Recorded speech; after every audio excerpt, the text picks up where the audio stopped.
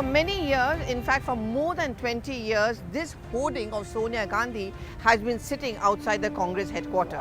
One of the longest serving party presidents across all political parties, Sonia Gandhi gives up charge finally in the first publicly held election of the Congress party in 22 years. Mallikarjun Kharge, the leader of the party in Rajya Sabha earlier, a veteran from Karnataka, takes charge of the Congress party. But as we wait for a new Congress, we are going to do a recap and perhaps in a way pay the tribute and understand the legacy of Sonia Gandhi.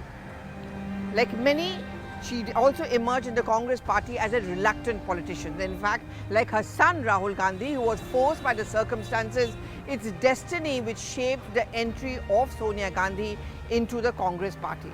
I'm Pallavi Ghosh, and on One Take this week, we are actually discussing what Sonia Gandhi's departure could mean for the Congress, and can the Congress party ever forget that huge time in which she gave leadership to the Congress. क्या विपक्षी दल का नेता मजबूत नेता है?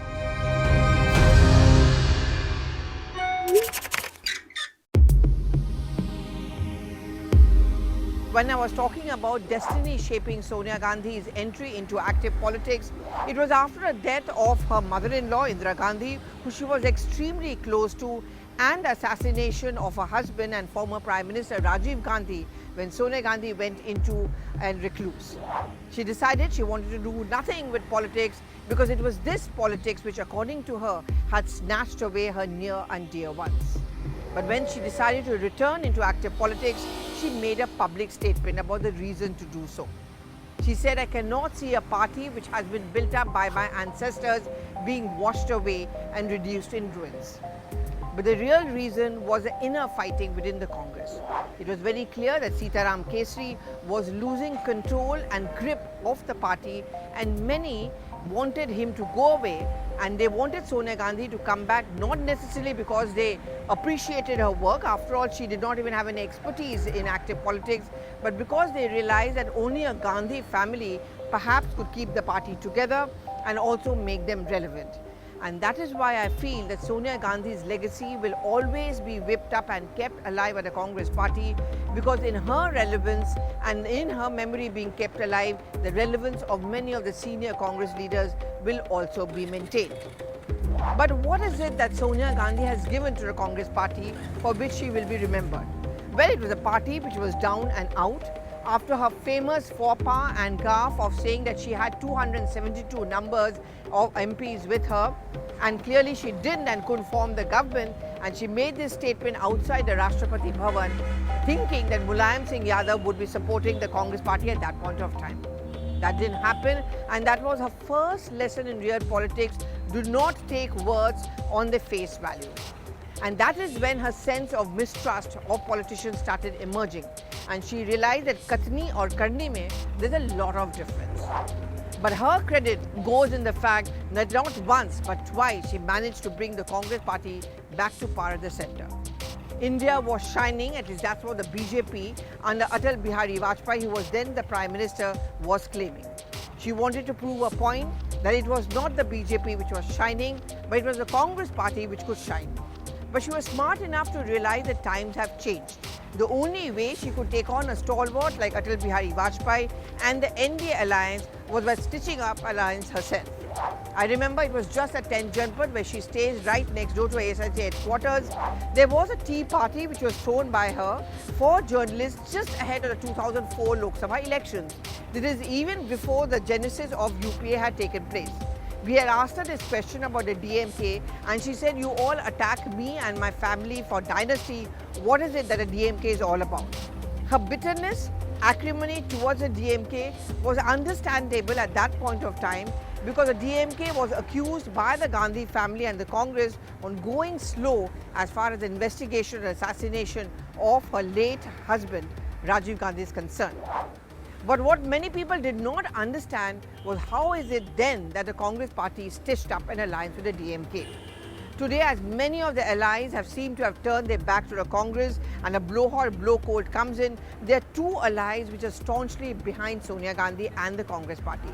One, of course, is Lalu Prasad Yadav's RJD, and the second, of course, is the DMK.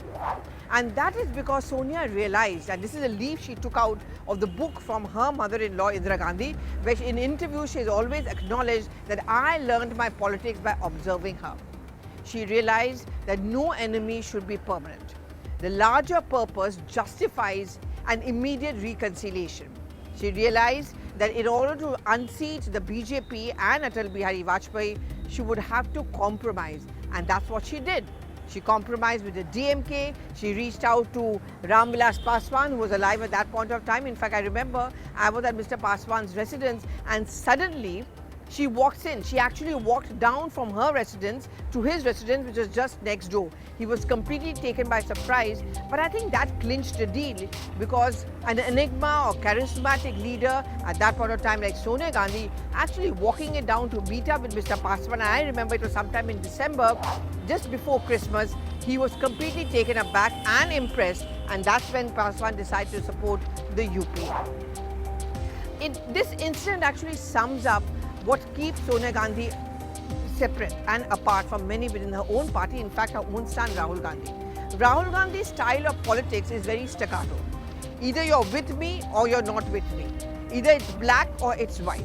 And that has proved to his undoing. The famous tearing up of the ordinance came from the fact that he had no personal equations with Lalu Prasad Yadav. Sonia Gandhi would put up with a lot because she understood that her larger goal was actually to be in power. She understood this very well, and she had seen it for herself when Indira Gandhi was out of power post-emergency, that when you're out of power, you are nowhere. No one even acknowledges you. You become the target of attack. Which is why there is a restlessness in Sonia Gandhi, which is why she wanted her son Rahul Gandhi to take charge. She also understood that there could be another Sitaram Kesri moment, which is why till the end she wanted to convince her children to take charge of the party. But ultimately, her son proved to be almost as stubborn and adamant as her mother-in-law. When Rahul decided that he's not going to become the party president, the choice fell on Mallikarjun Kharge, who's a new Congress president. But her departure or exit of Sonia Gandhi does not mean that she is going to walk away in sunset. Her image is always going to be towering. Actually, talking about one anecdote and an incident which I was told of. It was after a very marathon-long meeting of the Congress top leadership inside 10 Janpat. That meeting was over, and suddenly one of the senior leaders had to rush back because they had forgotten an important paper.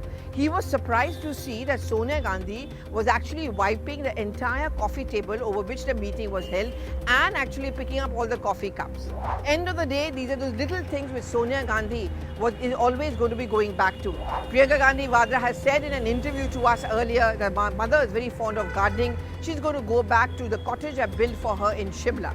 Whether Sonia Gandhi actually does that, but I think it's going to be very clear that she may be down, she may be out, but she's not going to be completely making an exit. Thereby lies the legacy of this woman who came in from Italy, who did not even understand the language, but she picked up Hindi. It still is made fun of, but she managed to communicate. In fact, in private, many of the BJP leaders also acknowledge that she commands a grace and a control which even they find it to ignore. She got the party back to power, not once but twice. Dr. Manmohan Singh today is still remembered as a perfect choice of a prime minister by a party which wanted to build up a narrative, a counter to that of the towering image of Atal Bihari Vajpayee. She's also the only one who plays the woman card by Women Reservation Bill and picking on the Prime Minister. Unfortunately, today the party is in a state of ruin and Kharge's challenges are immense. But Sonia Gandhi is someone which the Congress party will never be able to forget. And which is why there's this pressure that she should continue as a Congress Parliamentary Party leader and also as a UPA chairperson. Because as we move towards the 2024 Lok Sabha election, the biggest challenge which the Congress is going to face is to try and convince the other opposition political parties that the Congress matters. They are more likely to listen to a Sonia Gandhi than to Mr. Kharge or to a Rahul Gandhi. Do give in your social media timeline. I'm already seeing the reactions coming in on the poll that we put up. It's a very mixed bag. But tell us, what do you think? Does she leave behind a legacy? Or is she also going to fade away and people will not remember what Sonia Gandhi did for the Congress party?